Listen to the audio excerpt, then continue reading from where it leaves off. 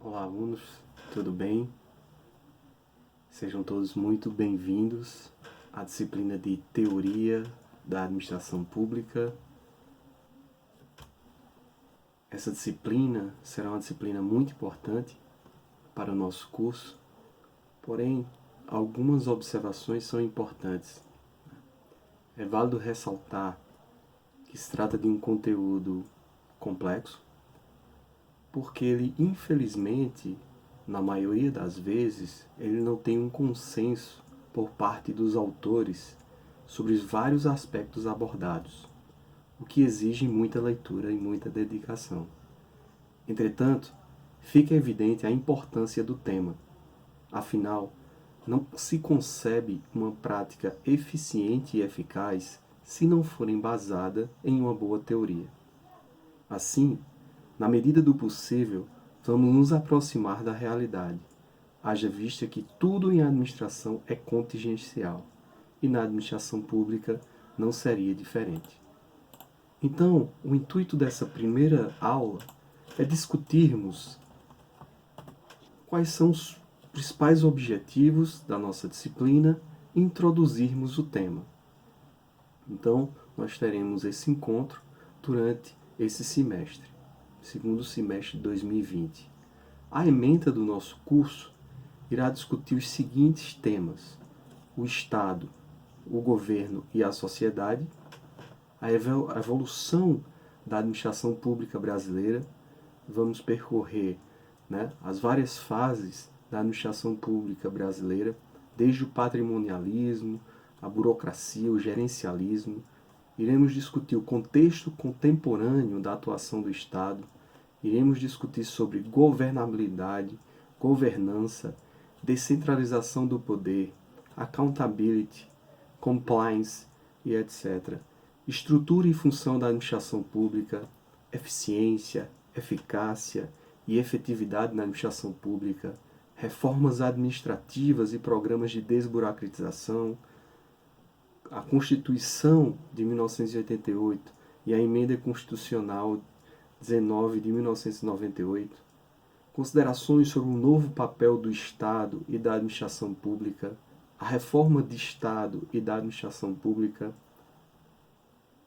as experiências inglesa, americana e brasileira, representação e participação, gestão pública e privada e ação governamental, controle e resultados.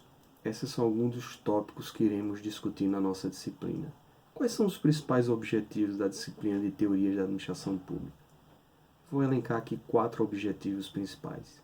Conhecer as principais teorias da administração pública, apresentar a evolução, função e estrutura da administração pública brasileira, estudar o novo papel do Estado e da administração pública e analisar as reformas administrativas e programas de desburocratização. Bom, nós temos algumas referências importantes, né? Vocês já receberam, está lá no nosso portal do Moodle, estão lá, toda a agenda da nossa disciplina, todos os fóruns, os webquests, são atividades super importantes. A bibliografia básica do curso é o livro do Flores, Teorias da Administração Pública, também já está lá disponível na página da disciplina no Moodle. E algumas outras referências complementares que vão ser disponibilizadas ao longo do curso. Bom, um mini currículo agora. Eu sou o professor Pablo Aurélio Lacerda de Almeida Pinto. Eu sou doutor em Economia pela Universidade Federal de Pernambuco, mestre em Economia de Empresas pela Universidade Federal da Paraíba, graduado em Economia pela Universidade Federal de Campina Grande e graduado em Administração pela Universidade Estadual da Paraíba. Eu sou professor da Faculdade de Ciências da Administração de Pernambuco, a FECAP, campus Benfica, UPE, e tenho experiência, em ensino de economia e de administração, há mais de 10 anos de experiência docente nesses cursos. Bom, então para esse nosso primeiro encontro, nós iremos introduzir o conteúdo da disciplina, enfocando no primeiro tópico, né, na nossa primeira unidade, que vai discorrer sobre Estado, governo e sociedade. O Estado, o governo e a sociedade, eles são o quê? São os principais componentes na história da administração pública. Então nós iremos discorrer sobre a formação do Estado, sobre a formação do governo e sobre o papel da sociedade na gestão pública. Bom, inicialmente iremos conceituar o Estado, né? De acordo com Moraes, 2010, Estado é uma forma histórica de organização jurídica, limitando a um determinado território e com população definida e dotado de soberania, que em termos gerais e no sentido moderno, configura-se em um poder supremo no plano interno e no poder independente no plano internacional. Conforme Flores, 2016, o significado da palavra Estado se origina do grego. Tem relação com a denominação de polis, que significa cidade-estado. Palavra essa que origina o conceito de política, que é a ciência de governar a cidade. Estado, na visão de Paludo, 2016, é a organização burocrática que possui o poder de legislar e tributar sobre a população de um determinado território. É a única estrutura organizacional que possui o poder extroverso, ou seja, o poder de constituir unilateralmente obrigações para terceiros com extravasamento dos seus limites. Quais são os elementos do Estado? São 4 os elementos do Estado: território, povo, governo e poder soberano. Então, nas disciplinas que eu acredito que vocês já cursaram de economia, nós discutimos o papel do Estado, né? Então, o Estado ele tem uma função muito importante para, né, solucionar os problemas do mercado. Então, o Estado, a figura do Estado é algo bem antigo e que tem feições modernas muito importantes. Então, o aperfeiçoamento do aparato estatal ele é fundamental para uma gestão pública eficiente, para uma gestão da coisa pública eficiente. Então, discorrendo mais sobre os elementos que constituem o Estado, são aqueles 4 elementos, então o que é que significaria, né? Qual a discriminação, por exemplo, de território? Então, a plenitude do conceito de Estado só é possível quando consideramos sua influência sobre um território definido, na base territorial, ocupada por uma população, é que se exerce o poder do Estado. Povo. Trata-se do agrupamento de pessoas que vivem em determinado território, que ao demonstrarem uma convergência de intenções, buscando a realização de fins comuns, compõem um elemento de base do Estado. O exercício do poder do Estado sobre o seu povo, dentro de seu território, é supremo, ou seja, não se submete a nenhum outro. O poder é exercido sobre o território e sobre as pessoas que nele se encontrem, sejam elas nacionais ou estrangeiras. Isso é o poder soberano do Estado. E o governo refere-se ao núcleo decisório do Estado, responsável pela definição dos objetivos e das diretrizes gerais de atuação estatal. O governo elabora políticas públicas, bem como toma decisões político-administrativas e afeta a conclusão da coisa pública. Então, nós temos aí os 4 elementos que constituem o Estado: território, povo, poder soberano e governo. Bom, com relação à estrutura do Estado, então, como é que o Estado está organizado em termos de uma nomenclatura de estrutura? Então, nós temos aí 3 estruturas importantes para o Estado, que é a estrutura jurídica, que é o sistema constitucional e legal, a estrutura política, as esferas de governo, União, estados, municípios e Distrito Federal, no caso do Brasil, e os poderes, que são harmônicos, executivo, legislativo e judiciário. E a estrutura administrativa, o governo e a administração pública. Nós temos a administração pública direta e a administração pública indireta.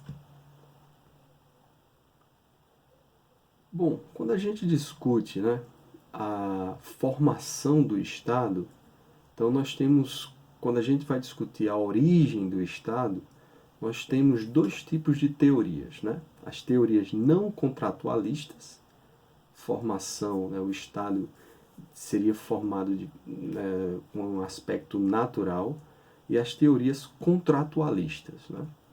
Então, as teorias não contratualistas, né, advogam que a origem do Estado se deu por uma origem familiar ou patriarcal, por uma origem violenta, né, através de guerras, né, através de embates, a origem econômica ou patrimonial e a origem no desenvolvimento interno da sociedade.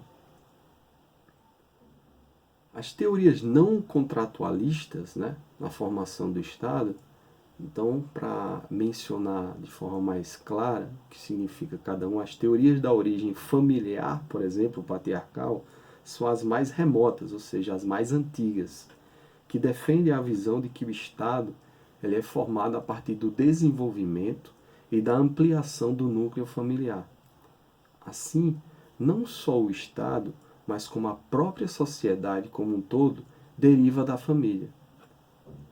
As teorias da origem violenta do Estado, o Estado pode ser entendido como uma organização social imposta por um grupo vencedor a um grupo vencido, cujo intuito principal é justamente regulamentar a dominação do primeiro sobre o segundo.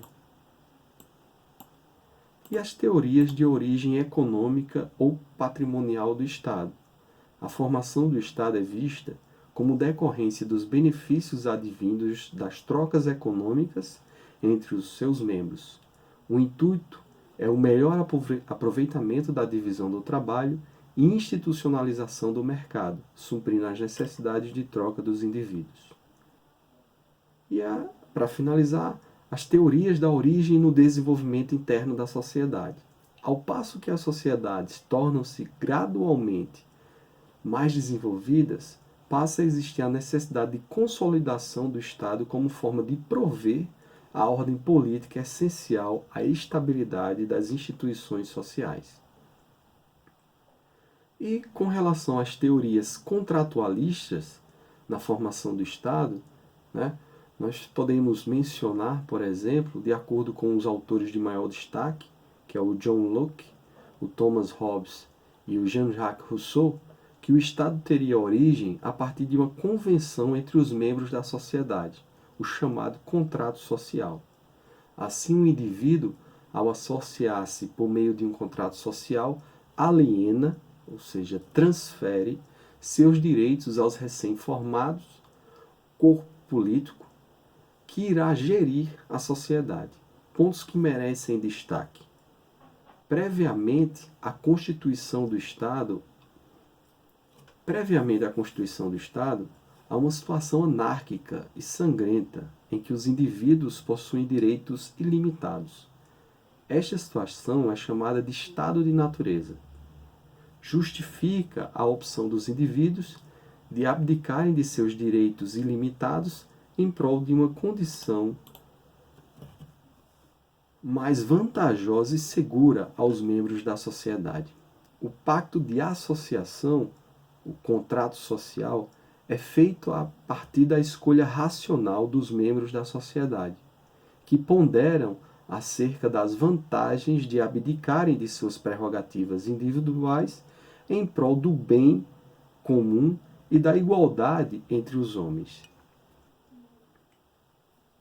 Apesar de haver o pacto, ou seja, o contrato social, há a manutenção da liberdade dos indivíduos, que continuam independentes e senhores de suas vontades. tendo em vista que a associação foi voluntária e que os membros da comunidade atuam como senhores de si próprios. As formas históricas do Estado. Então, isso a gente já estudou em história, em geografia, no ensino médio, e é importante a gente recordar, né? Então, algumas formas de representação, né? Algumas formas históricas de Estado. Então, o Estado feudal, ele era caracterizado pelo exercício acumulativo das diversas funções de direção por parte das mesmas pessoas e pela fragmentação do poder central em pequenos agregados sociais. O Estado estamental, a formação de órgãos colegiados que reúnem pessoas da mesma posição social, os estamentos. Os membros dos estamentos mais elevados gozam de privilégios em termos de reconhecimento social e de um estilo de vida diferenciado, marcado pela ostentação. O Estado absoluto, ele é marcado por um duplo processo de concentração do poder e de centralização num determinado território. Por concentração, entende-se o fato de os mais diversos poderes mediante os quais a soberania exercida serem de fato atribuídos ao monarca. A centralização, por sua vez, refere-se à eliminação de instâncias políticas inferiores ao poder do rei, de modo a consolidar-se o monarca como o único poder no território. E o Estado representativo. A diferença do Estado representativo para o Estado estamental reside no fato de que a representação por órgãos colegiados estamentais é substituída pela representação dos indivíduos do povo. O Estado representativo surgiu historicamente na forma de monarquia constitucional e depois parlamentar na Europa e na forma de república presidencial nos Estados Unidos. Bom, então definimos o governo, né? E alguns elementos importantes, a estrutura do governo, as formas históricas do governo, e vamos mencionar agora do Estado, e agora vamos discutir sobre o governo, né? Então, na visão de Bobbio, Matheus e Pasquino, né? O governo significa o conjunto de pessoas que exercem um poder político e que determinam a orientação política de uma determinada sociedade. Por consequência, pela expressão governantes, se entende o conjunto de pessoas que governam o Estado e pela de governados, o grupo de pessoas que estão sujeitas ao poder de governo na esfera estatal. Para Flores, 2016, o governo, em regra geral, é entendido como um conjunto de órgãos do Estado que deve contribuir para desenvolver as determinações e as deliberações das estruturas competentes dos poderes constituídos, principalmente o legislativo. Conforme Paludo, o governo traduz-se no modo pelo qual o Estado é administrado, como são definidos os objetivos e as diretrizes gerais de atuação, fixadas as políticas públicas e tomadas as decisões políticos-administrativas, que irão orientar, guiar a atuação administrativa direcionada à realização dos fins pretendidos pelo Estado e à promoção do bem comum da coletividade. Bom, quais seriam as distinções entre Estado e governo? Bom, com relação ao Estado, nós temos uma natureza permanente, né? Então, o Estado e os seus elementos, ele tem uma natureza permanente. E o governo, a natureza ela é transitória, né?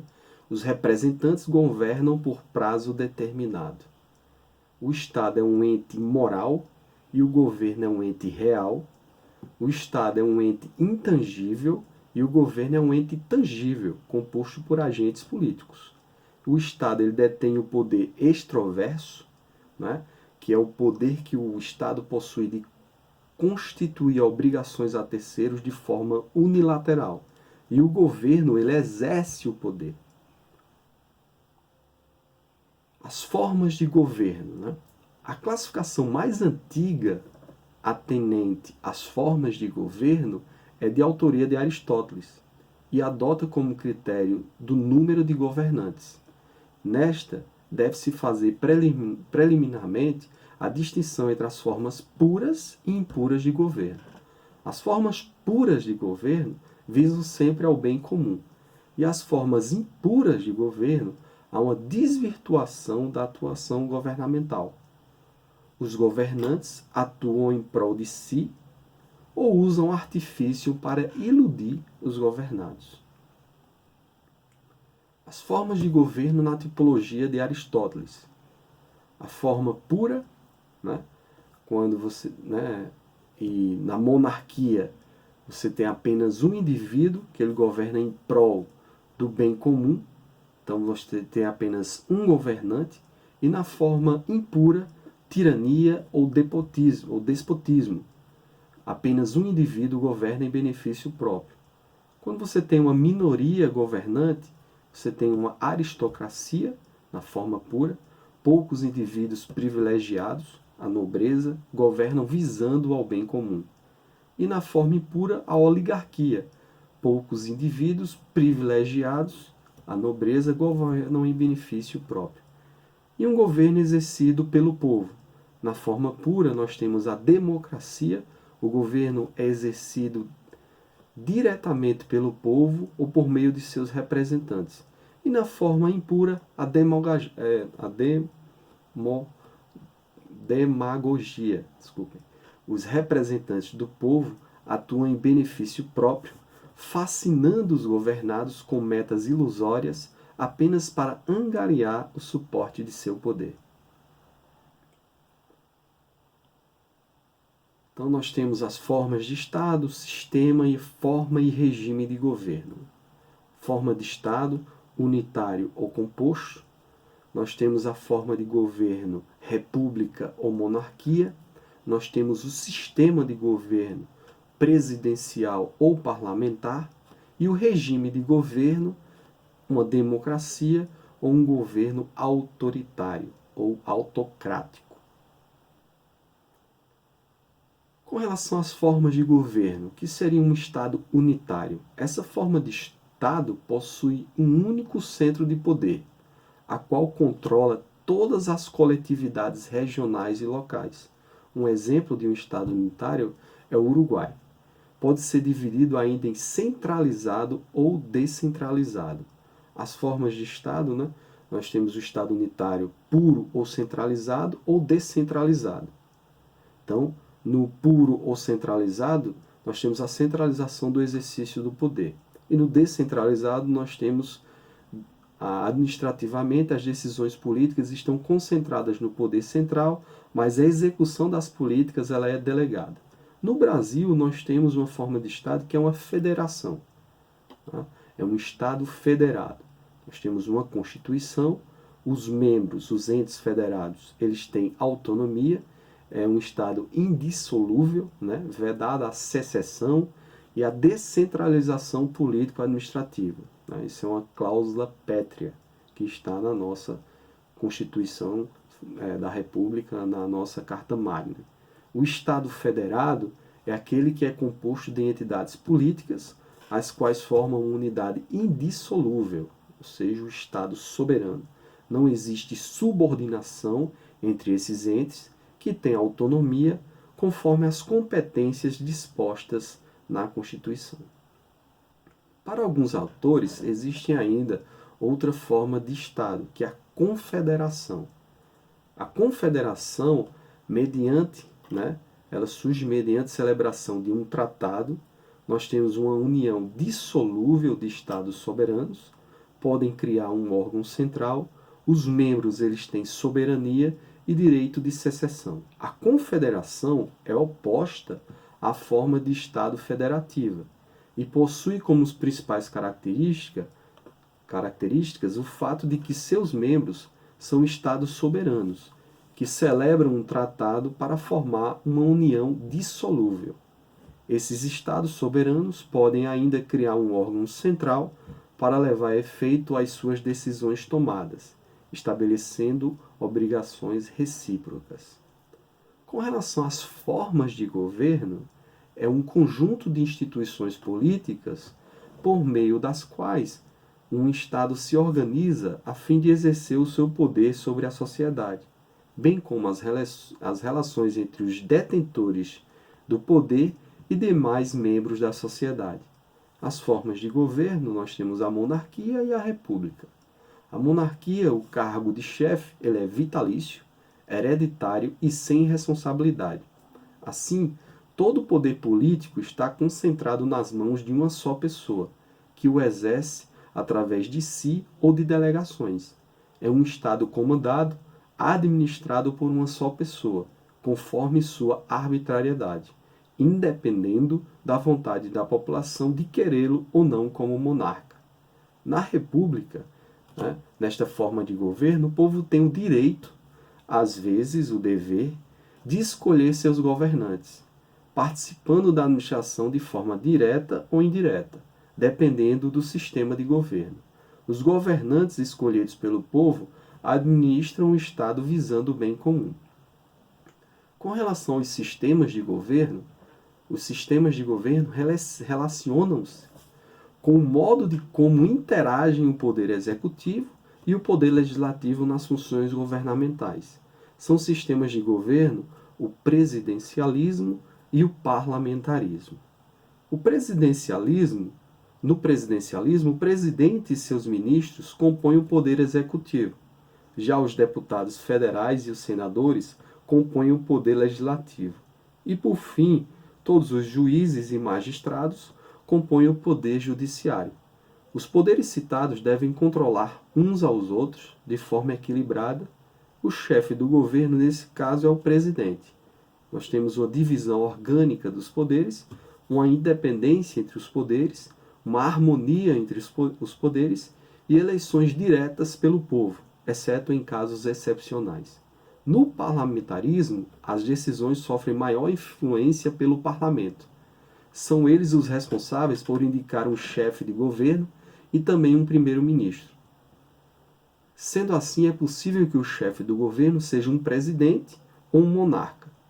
Nós temos a divisão orgânica dos poderes, interdependência entre legislativo e executivo, descentralização de chefia de governo e chefia de Estado numa só pessoa, parlamento escolhe o chefe de governo e dissolução do parlamento com convocação de novas eleições gerais por injunção do chefe de Estado. Com relação ao regime de governo, ele é definido pela forma como se reger uma nação. Divide-se em democracia e totalitarismo. Na democracia, o representante é escolhido pelo povo através de votação para que assegure primordialmente a vontade popular. Atualmente, a democracia é dividida em 3 poderes: legislativo, executivo e judiciário, que devem ser autônomos e harmônicos. No regime de governo autocrático, trata-se de um governo autoritário, de poder absoluto, que governa conforme sua arbitrariedade em todos os níveis governamentais. Nesse sistema antagônico em relação à democracia, a gestão é exercida através do soberano ou de delegações arbitrárias feitas pelo mesmo. Traços gerais do Estado brasileiro. Então, com relação a esses conceitos que a gente mencionou, esses conceitos teóricos em relação ao Estado, governo. Então, para o Brasil, nós temos um Estado federativo, união permanente de Estados não soberanos, mas autônomos. Nós temos, com relação ao tipo, nós temos um Estado democrático de direito, fundamenta-se em um ordenamento jurídico democrático, com eleições livres e periódicas para a escolha do governo, bem como um ordenamento jurídico constitucional e legal, uma independência entre poderes e existência de direitos e garantias individuais. Nós temos, com relação ao sistema de governo, um sistema presidencialista. O chefe do poder executivo eleito pelo povo para governar por um prazo fixo e predeterminado. Com relação à forma de governo, nós temos uma república, onde o governante é o chefe do poder executivo, ele é eleito pelo povo para um mandato de 4 anos. E o regime político, nós temos uma democracia semidireta, o poder do povo é exercido por meio de representantes eleitos, havendo simultaneamente a possibilidade de participação popular direta através de plebiscito, referendo e iniciativa popular. O Brasil adota atualmente a república como forma de governo e o sistema, mais uma vez, ele é o presidencialismo. A democracia e os governos. Segundo Flores, os governos representam o espaço de poder último de uma sociedade. A função social do governo deve observar sua ação como garantidor das possíveis disputas de espaço na sociedade, representada por seus diversos segmentos. A grande maioria dos governos é oriunda de práticas democráticas de sua sociedade. Cabe lembrar que as escolhas dos governos são feitas por meio do sistema representativo, modelo esse com maior predominância nas eleições para a escolha de governantes. Destacamos que existe também a democracia direta e indireta e a deliberativa, como forma de escolha de agentes representativos. Então, destacamos que existe também a democracia direta e indireta e a deliberativa, como forma de escolha de agentes representantes da sociedade civil. Segundo Downs, 1999, para a identificação de governos democráticos devem prevalecer condições tais como um único partido ou coalizão de partidos escolhido por eleição popular. As eleições são realizadas dentro de intervalos periódicos. Todos os adultos devem estar qualificados para votar. Cada eleitor deve depositar apenas um voto em cada eleição que participar. O partido ou coalizão que receber apoio da maioria assume até a próxima eleição. Os partidos perdedores não podem tentar, por força ou por meio ilegal, impedir o partido vencedor de tomar posse. O partido no poder nunca poderá tentar restringir as atividades políticas de quaisquer candidatos ou outros partidos, exceto que tentem depor contra o governo. Em qualquer eleição, sempre haverá 2 ou mais partidos disputando o voto dos eleitores. Os partidos políticos e o governo. Segundo Flores, 2016, os partidos políticos são de grande importância para os governos democráticos. Não é possível conceber esse modelo de governo democrático sem que exista a participação dos partidos organizados. Os partidos políticos são grupos de pessoas que buscam se organizar para controlar o governo e seu aparato, observando-se os meios legais. É uma coalizão de indivíduos que têm certos fins em comum e cooperam entre si para atingi-los. O partido é representado por homens e mulheres e organizado de maneira espontânea. Essas pessoas cooperam para tentar conseguir que alguns desses membros sejam eleitos. Isso não significa que não possa haver discordância entre eles. Com relação à sociedade, segundo Flores, 2016, a sociedade está presente em um conjunto de inter-relações de coisas que estão ligadas e dependentes entre si, cada uma com sua função determinada, formando uma unidade específica, complexa e fechada sobre si mesma. Nesse sistema, todos os seus componentes possuem então sua função, na qual algumas peças são centrais, outras secundárias, mas todas com importância significativa para o contexto social. A sociedade é um conjunto de pessoas que vivem em certa faixa de tempo e de espaço, segundo normas comuns e que são unidas pelas necessidades de grupo. É, na verdade, uma entidade autônoma que emerge da experiência da vida coletiva e possui características próprias que transcendem aos indivíduos que a ela pertencem. Cabe destacar, segundo Flores, 2016, que a sociedade representa o Estado, o governo, a democracia, os partidos políticos e as democracias. Portanto, o Estado e o governo têm a responsabilidade tanto de representá-la nas diversas situações que se apresentem, tanto que apresentem suas demandas, tanto econômicas como sociais, com o objetivo de encaminhar soluções na busca constante de equidade e de qualidade de vida. Sociedade é um conjunto de pessoas. Né? É na sociedade que o Estado vai existir. O governo é o instrumento do Estado.